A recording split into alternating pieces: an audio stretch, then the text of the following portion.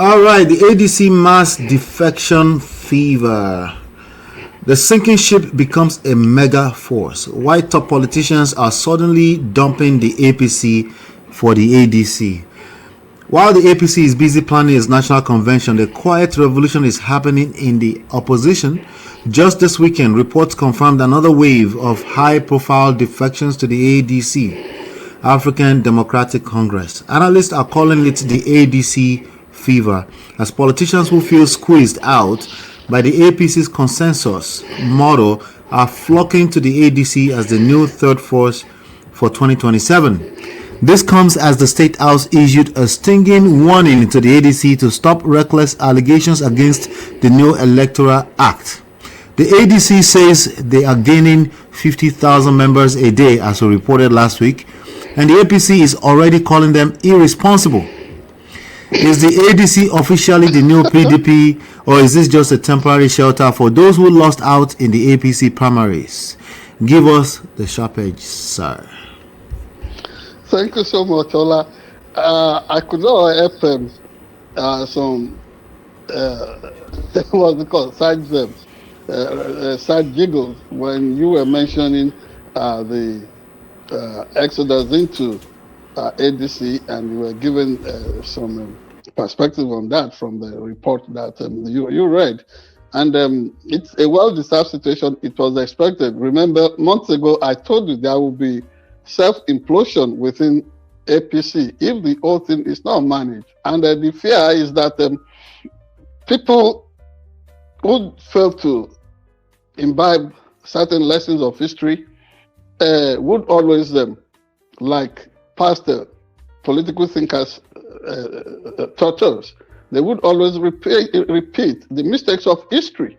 See, whether you are considering the failure of Nigeria as a first republic, a promising moment for that matter, that was missed by everybody because of reckless rascality and unbridled intolerance of that time and period.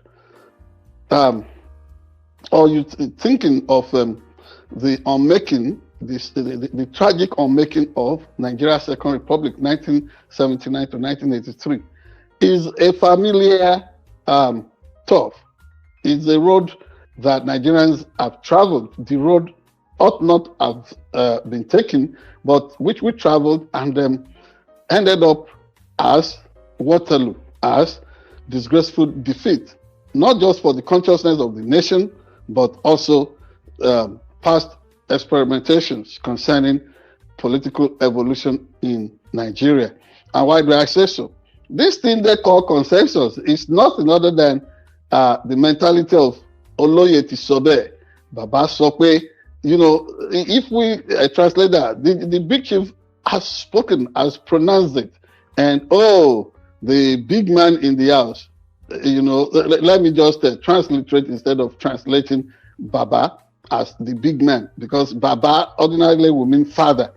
And then the big man in the midst is always the one dictating the tune, because he is the ones who pays the piper. And whatever comes out of the piper is what is being paid, out of the pipe is what the piper has been paid to dish out. And so in this case, my mind goes back. I was a developing child, but I was politically conscious to the point that I remember the Unity Party of Nigeria in Ondo State having its primary elections at the Ideal Guest House in Oshile, in Akure, and there were people with all kinds of views in the in that at that august occasion, becoming officials and returning officers, the electoral officers for the political party, and the dynamic youth in the Unity Party of Nigeria then, people like Akioma Borowo, people like Olaya Fagbanigbe, people like Tunde Agunbiade, people like Richard Jolowo, and so on and so forth. They had stolen the show. and they secured victory at that shadow election, at that primary election. But guess what? Baba Sope said, oh, there is a line of succession. And then the whole thing was switched around. They were outrigged at the primary of UPN, and they made Michael Adekunle Ajasin the candidate of the Unity Party of Nigeria in Ondo State. What happened? A gale of mass defection went against the Unity Party of Nigeria, and many of its dynamic and resourceful and progressive and active youth decamped into the then National Party of Nigeria. This is real life history that I'm telling you, Ola, and you know how passionate I am about that kind of political situation. And for once, democracy degenerated into what is known in the words of Professor Dipo Kolawole, well-known political scientist and former Vice Chancellor of Ondo State University and one-time special advisor to the Minister of Education in Nigeria. For that moment, democracy degenerated into mobocracy. Mobocracy, government of the mob. And there were killings, live incineration of people who hitherto had been relevant in the development of Ondo State, in the development of Nigeria. And that was a major prelude. That's one day malady in the land of the Deji, in the land of Akure, August 16, 1983, was a major prelude to the coming back of the military, December 31st, 1983. I pray that this runaway ambition of one person to master control. Nigeria is not Uganda. Nigeria is not Cameroon. Nigeria is not all those banana contraptions you call countries around Africa. People have tried this in the past. It did not work. Democracy suffered serious setbacks because of that. Even look at it up to the time of Ibrahim Babangida against June 12, against MK Abiola, the usurpers like late Ernest Shonekon, late Sani Abacha, all of them, their Wellingtons were swept away by time and the tide of politics.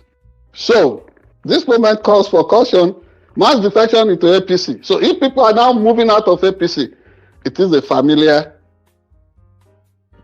development.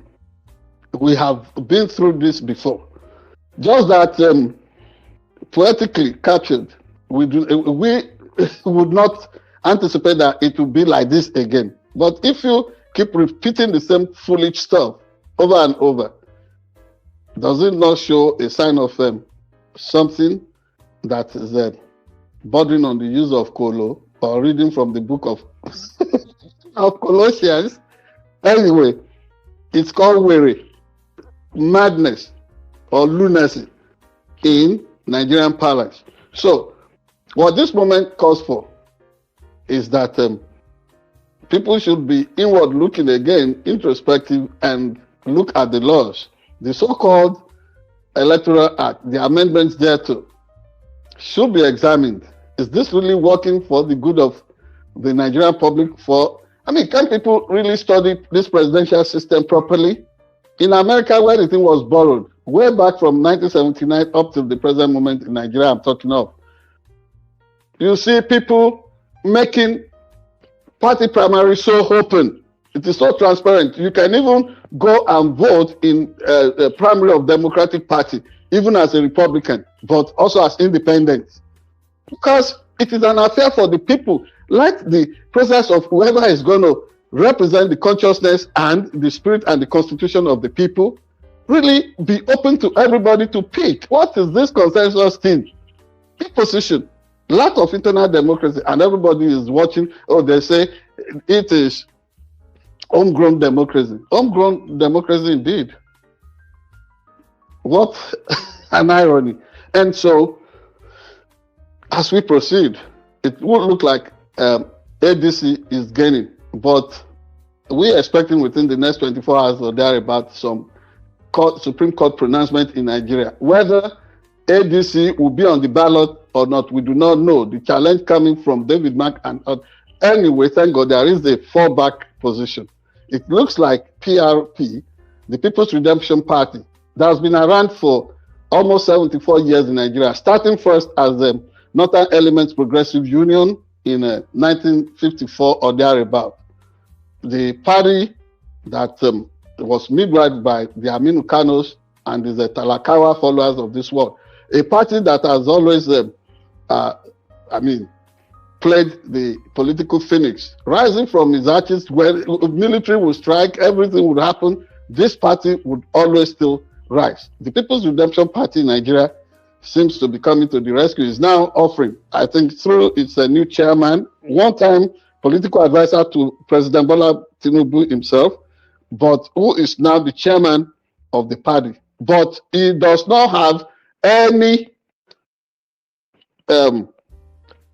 sympathy, no kind words for the failures or so-called weaknesses or setbacks of the current administration in Nigeria, and is offering this open platform. Oh, everybody, if they are not allowing ADC to skate through, he wants everybody to come into PRP.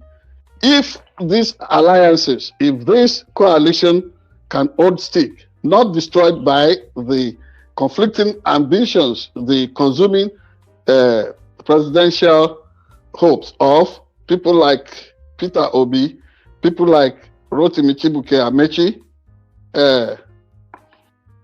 who knows?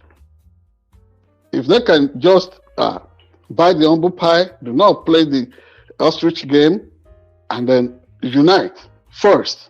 Let them look for power first, like the late Dr. Kwame Nkrumah, the first Ghanaian president, would say. Political freedom first, and all other things shall be followed.